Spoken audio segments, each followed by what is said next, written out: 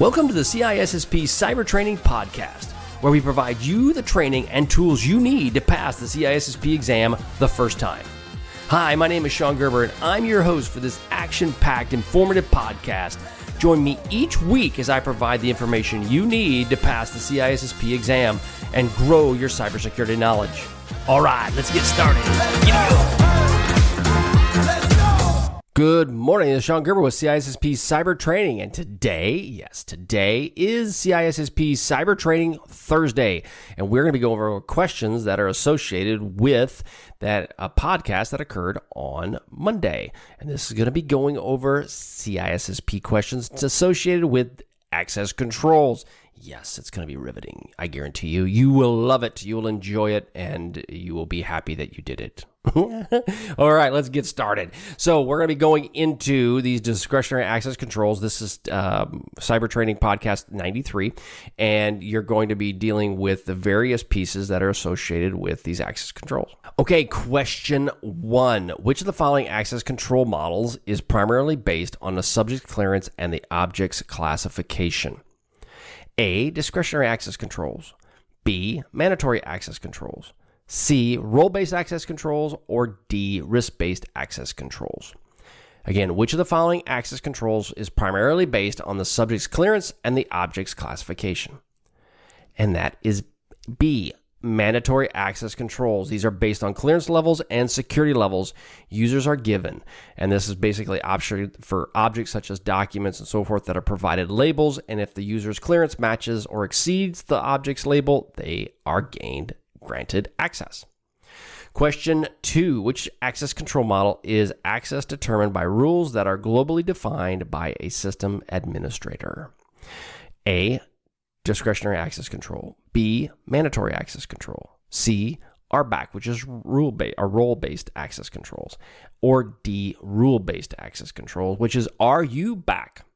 I know it's a lot of access controls. Again, which access control model is access determined by rules that are globally defined by a system administrator? Oh, wait, that's rule-based access controls. Answer D. Question 3, a company wants to grant access to its resources based on the department and job responsibilities of an employee. Which access control model is most suitable? Okay, A, DAC, discretionary access control. B, MAC. C, RBAC. Or D, RUBAC, which is your rule-based access controls. Again, a company wants to grant access to its resources based on the department and job responsibilities of an employee. Which one would that be? And that would be role-based access controls. Answer C. This is based on a defined roles within an organization, and users who are assigned to these roles are based on their overall job function. Question 4, which model are permissions typically given or denied based on user-defined attributes such as location, time, and type of request? A, attribute-based controls. B, discretionary access controls. C, mandatory access controls. Or D, rule-based access controls.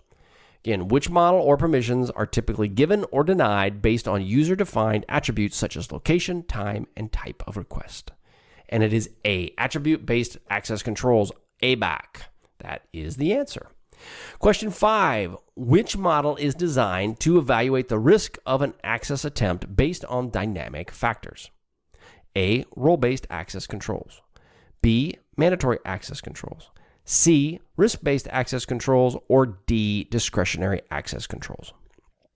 Again, which model is designed to evaluate risk of an access attempt based on dynamic factors? And that would be risk-based access controls. They are real-time and are often based to run on context or environmental factors that allow or deny access based on the overall risk. Question 6, which model relies heavily on the discretion of an object owner to grant access? A, mandatory access controls. B, discretionary access controls. C, RBAC. D, RUBAC. Okay, which model relies heavily on the discretion of the object owner to grant access? And the answer is B, discretionary access controls. They determine who will have access to the resources, typically using access control lists, which you will see with firewalls. That is the answer. Question of 6 answer is B, DAC.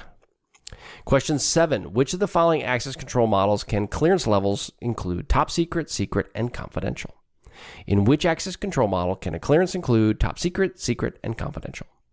A, DAC, B, RBAC, C, MAC, or D, RUBAC? Again, which model can include top secret, secret, and confidential? And the answer is C, MAC. Mandatory access controls are security labels and clearances often used in government or military environments. Question 8. A company wants to combine multiple access control models to develop a layered security approach. This is a characteristic of hybrid access controls. B would be RUBAC, C is MAC, or D is ABAC, attribute-based access controls. So a company wants to combine multiple access control models to develop a layered security approach, and this would be A, hybrid access controls. These are used for multiple controls to suit specific organizational needs. Question 9, which model would a read-only attribute be most directly associated with an object? A, discretionary access controls, B, mandatory access controls, C, ABAC, or D, RBAC? Again, which model would read-only attribute be the most directly associated with an object? Read-only attribute most directly associated with an object. And the answer is A, discretionary access control. This allows owners to specifically put in place the specific exact permissions needed for an individual users or groups using access control lists. Again, read-only attribute would be tied to a discretionary access control. Question 10. A security system prompts an additional authentication if a user logs in outside of business hours. This is an example of A, RBAC, C, DAC, or B, DAC, C, RISC-BAC, or D, ABAC. Additional authentication if it's outside business hours. And the answer is D, ABAC. ABAC can be used environmental attributes like time of day and other aspects to ensure that you have access, and that's an attribute-based access controls.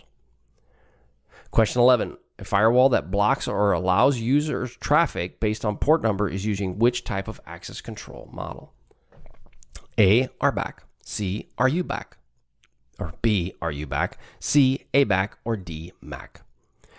A firewall that blocks or allows traffic based on a port number is using which type of access control model?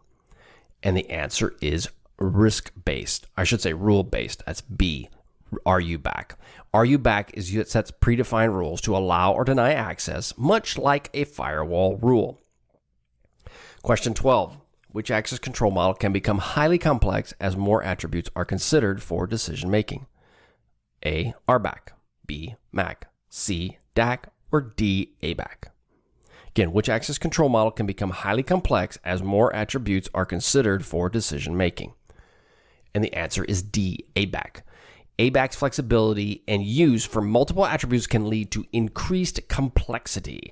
And again, that is the answer to question 12. Question 13. Which access control model emphasizes the separation of duties, or SOD, by assigning users to predefined roles?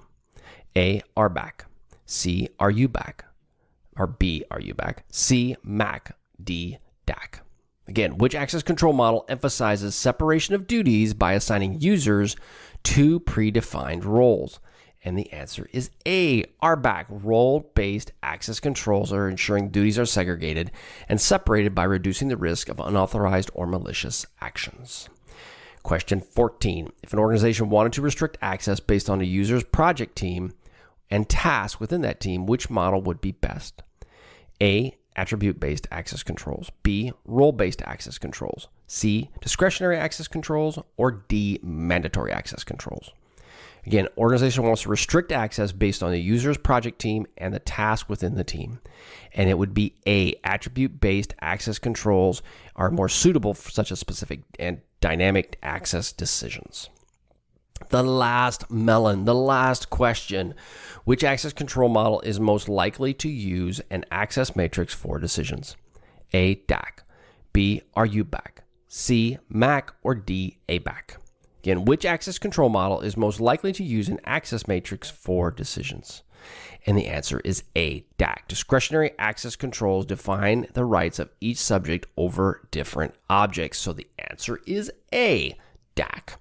All right, I hope you all have a wonderful day. We are just excited here at CISSP Cyber Training to help give you all the information you need to pass the CISSP exam. I guarantee you go to CISSP Cyber Training. You'll have access to these videos. You'll have access to my content. I guarantee you will pass the CISSP if you follow the blueprint that's outlined at the CISSP Cyber Training. You'll follow it. If you follow it, you'll pass it. It's that guaranteed, but you got to follow it. If you don't follow it, then all bets are off. But if you follow it, you will pass. All right, have a wonderful, wonderful day, and we will catch you on the flip side. See ya. Hey, thanks again for listening today. It's been my pleasure to prep you for the CISSP exam. Are you interested, though, in some free CISSP exam questions? Head on over to freecisspquestions.com and sign up to join my email list, and you'll receive access for 60 free CISSP questions each and every month for the next 6 months. That's a total of 360 questions just for signing up with CISSP Cyber Training. You'll also gain access to other free CISSP resources, so just head on over to freecisspquestions.com and sign up, or head on over to CISSPcybertraining.com and sign up today. Have a wonderful day, and we will catch you on the flip side. See ya.